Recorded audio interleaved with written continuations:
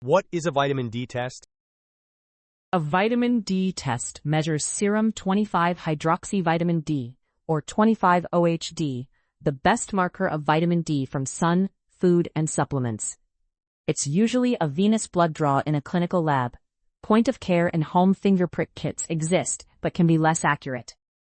Labs use immunoassays or LC-MS-MS, with LC-MS-MS the gold standard.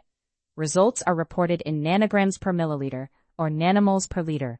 1 nanogram per milliliter equals 2.5 nanomoles per liter.